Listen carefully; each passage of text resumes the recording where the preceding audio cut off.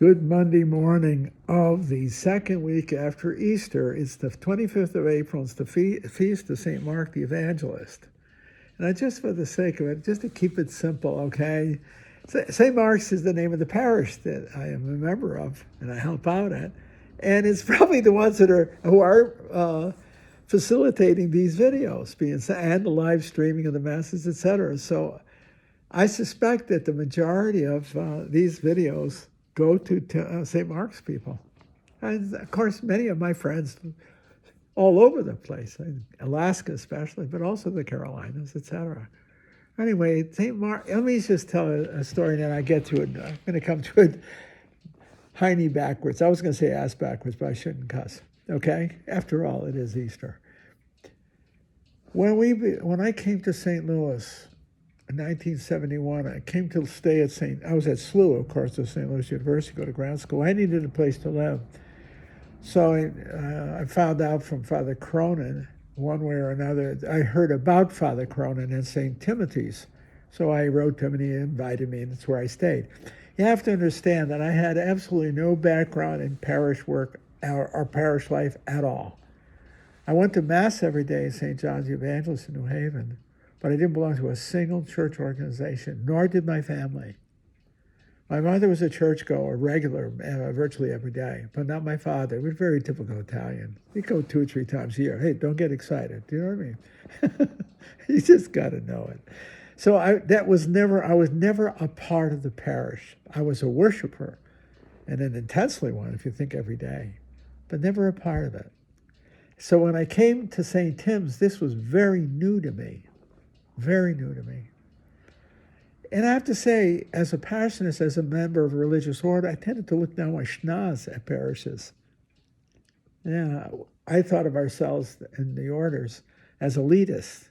And, the parishes are not elite. The clergy are not elite. We're the hotshots, okay? I had that in the back of my mind. Not too consciously, but still there. When I got to Timmy's, St. Tim's, I wasn't here a week. I wasn't here 2 days. I'll tell you what happened. The pastor, Father Cronin, said something profoundly wise to me. He said, Ted, there's nothing in the rectory for you. It's not a community. Make friends with the people of the parish. And that's the kids were out playing ball in the backyard. I could see them. We were eating dinner. Father Cronin and I were eating dinner, Father Johnston. So I went out in the backyard. And I remember meeting Dick Heinrichs, God rest his soul. And from that moment on, he said, "Hi, Dick Heinrichs." That's what he said.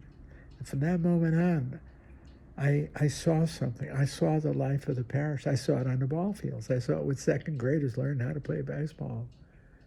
And it wasn't long before I saw it in the men's club and the ladies at Alice and all the parties we had and all the social life. And not just that, but I saw how the catechism was taught. I saw how preaching took place on a daily basis in the church. I saw people nurturing each other. I saw people caring for each other. I saw people exercising the virtues of the gospel. And I began to realize this is the life of the church. This is the church. And what made it so marvelous at St. Timothy's was this was blue collar every inch of the way. Like the neighborhood I grew up in. This is the church. It's church in the flesh. Well, how many years later, we dissolved the 3 parishes and created a new one. The parishioners chose the name of St. Mark, and I appreciated that greatly. I had nothing to do with it. Because St. Mark, to me, is the gospel. The gospel of St. Mark is the gospel for every man. It is basic. It's a core gospel. The others are more elaborate, and they're probably based on his. His was the first of the gospels. But he preaches the gospel is direct, and he proclaims the gospel directly. I just think of it as the gospel for every man, the gospel for the common man.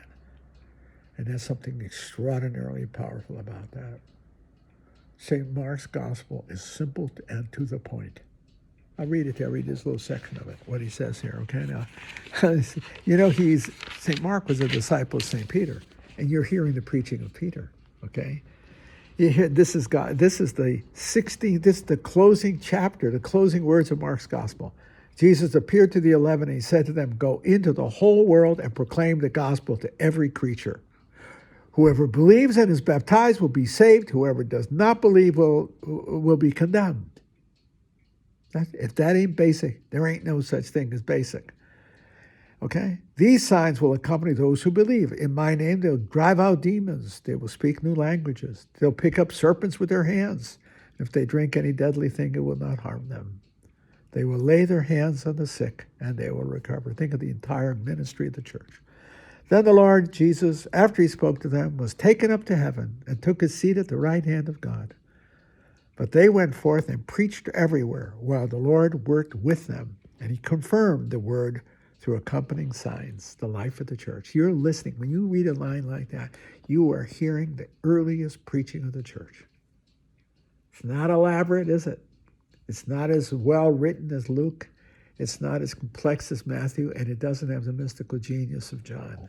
It's basic, but it is basically true.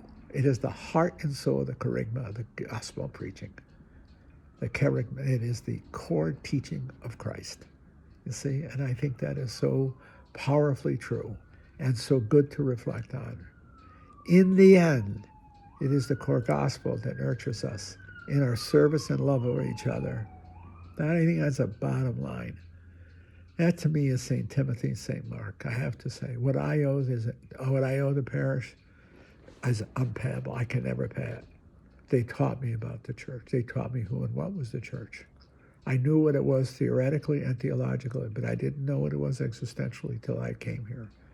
To this day, to this very day, I saw this throughout the mutual caring and even redemptive activity among each other, how they cared and saved each other.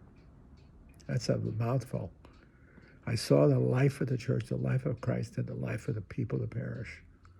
Not in a spectacular way. That's this genius. It's in the commonality of faith, just like St. Mark's Gospel, in its commonality, and people putting one foot in front of the other, making a living, raising a family, taking care of the sick and the elderly, coaching on the ball field.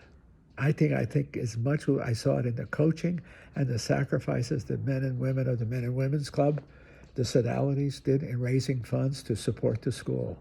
I saw a vibrant school, people sacrificing to pay the tuition. St. Tim's School was a spectacularly good school. See? And I think St. Mark's is. See? Because of the dedication of the people that they were committed to it. See? They weren't the rich who were giving, it was the poor giving from their poverty, or the average income, whatever. They were giving out self-sacrificially for the parish, for their children in the parish, for the teams, for the well-being of everyone. That's the life of the faith. That's St. Mark's Gospel. Simple to the point. Yeah, I remember one guy, Luke Camario, said something to me. God rest him. Some of those old timers, man, it's such an influence on my life. But he said something to me, and it was an enormous compliment and a reflection on the role of the servant in the church. And I'm a servant, not a master, just a servant. He said to me one day, he said, Father Ted, you're learning. He says, you're learning, you're getting there. And then he said, this is the life of the church. This is what he put it to me. You baptize us, you give us communion, and you bury us. You baptize us, you give us communion, and you bury us. You marry us and bury us. I think it's the way he put it. You baptize us, you marry us, and you bury us. In between is all the life of the faith. See? Lou said that to me a long time ago. That'd be 40 years ago he said that to me. He was right. You want to know what the church is? It's in the parishes. It's in the life. It's supported by other things, of course. The universities, the elite orders, and all the rest. But in the end, it's a life of the faithful lived together in a communion of love and faith, coaching on the ball field.